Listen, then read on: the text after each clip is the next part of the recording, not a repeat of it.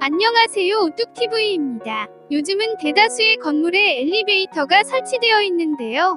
이제는 우리 생활에 없어서는 안 될 꼭 필요한 장치가 되었습니다. 오늘의 주제는 엘리베이터에 대한 잘못된 지식과 엘리베이터 정지 시 어떻게 해야 하는지, 대기업인 H사에서 엘리베이터 보수업을 하고 있는 지인의 도움을 받아 영상을 제작해 보았습니다. 잘못된 지식 첫 번째, 엘리베이터가 추락한다.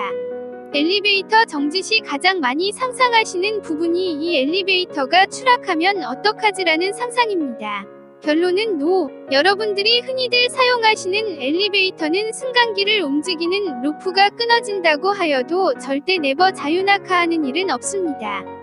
만약 루프가 끊어진다면 조속기라는 안전장치가 원심력에 의해 걸쇠에 걸리게 되면서 기계적 브레이크가 작동하고, 이 장치는 보수기사가 직접 수동으로 풀어야 해제가 됩니다.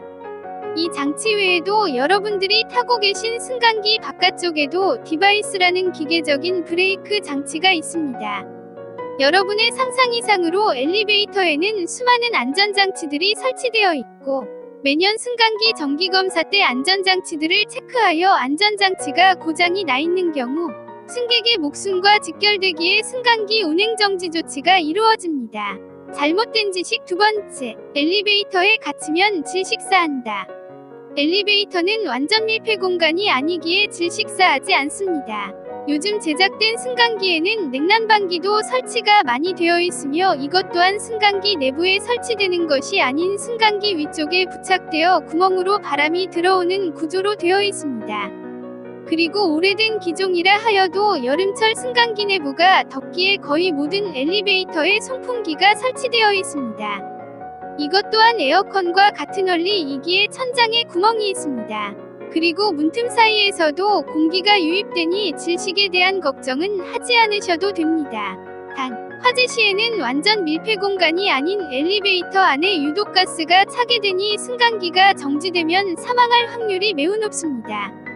그러니 절대 탑승하지 마시고 반드시 계단을 이용하셔야 합니다.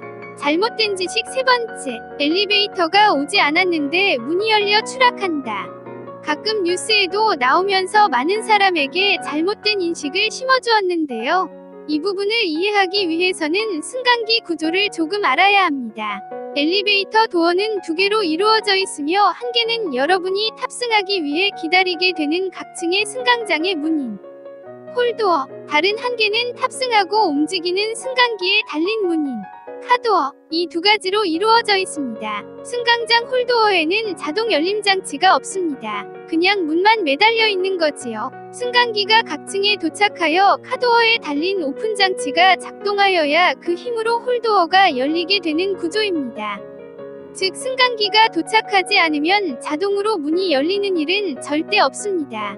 단 생각하시는 것보다 엘리베이터 문 자체가 단단히 고정되어 있는 구조가 아니기에 밀거나 발로 차는 등 충격을 주면 문이 탈착되어 추락하는 사고가 많이 발생한다고 합니다. 뉴스에 간혹 나오는 문열림 추락 사고는 사용자 과실이 90%입니다. 단, 승강장에 도착한 승강기의 높낮이가 약간의 오차가 있어도 문은 열리는 구조이기에 승강장과 승강기에 턱이 있을 수 있으니 이 부분은 주의하셔야겠습니다. 잘못된 지식 네 번째, 엘리베이터가 멈추면 천장으로 탈출한다. 영화에서 많이들 보신 장면이실 텐데, 엘리베이터가 정지되었을 때 천장으로 탈출하는 장면이 간혹 나옵니다. 승강기가 추락하는 장면과 함께 이 장면은 연출을 위한 것으로, 실제 여러분이 이용하시는 승강기에서는 혼자서 탈출할 수 없습니다. 영화에서처럼 실제 비상탈출구가 있긴 하지만 그곳은 위에서 열 수 있는 구조로 되어 있어 소방대원이나 보수업체 기사가 와서 개방하고 꺼내주어야 그곳으로 탈출할 수 있습니다. 그리고 혹여 지붕으로 혼자 올라갔다고 하여도 승강로 밑으로 떨어질 수 있어 오히려 안에 있을 때보다 더 위험할 수 있으니 시도하지 말아야겠습니다. 그럼 엘리베이터 정지 시 어떻게 해야 하는지 알아보겠습니다. 우선 가장 먼저 해야 할 행동은 승강기 내의 비상통화 장치를 이용해 정지 사실을 외부에 알려야 합니다. 아파트라면 몇 동 몇 호기인지, 층은 몇 층에 정지해 있는지 알려주시면 됩니다. 만약 모르는 건물이라면 모든 승강기에 부착되어 있는 승강기 검사 합격 증명서의 소재지와 승강기 번호를 확인하시면 되겠습니다. 보통 승강기가 정지할 때는 완전히 정지가 되는 게 일반적인데 간혹 일시적인 에러인 경우는 다시 정상 운행될 때가 있습니다. 만약 승강장에 정확히 멈춘 상태에서 정상 운행된다면 신속히 내려주시면 됩니다. 하지만 층과 층 사이에 멈추었거나 엘리베이터가 조금이라도 움직이는데 문이 열렸다면 무리하게 내리시면 안 됩니다.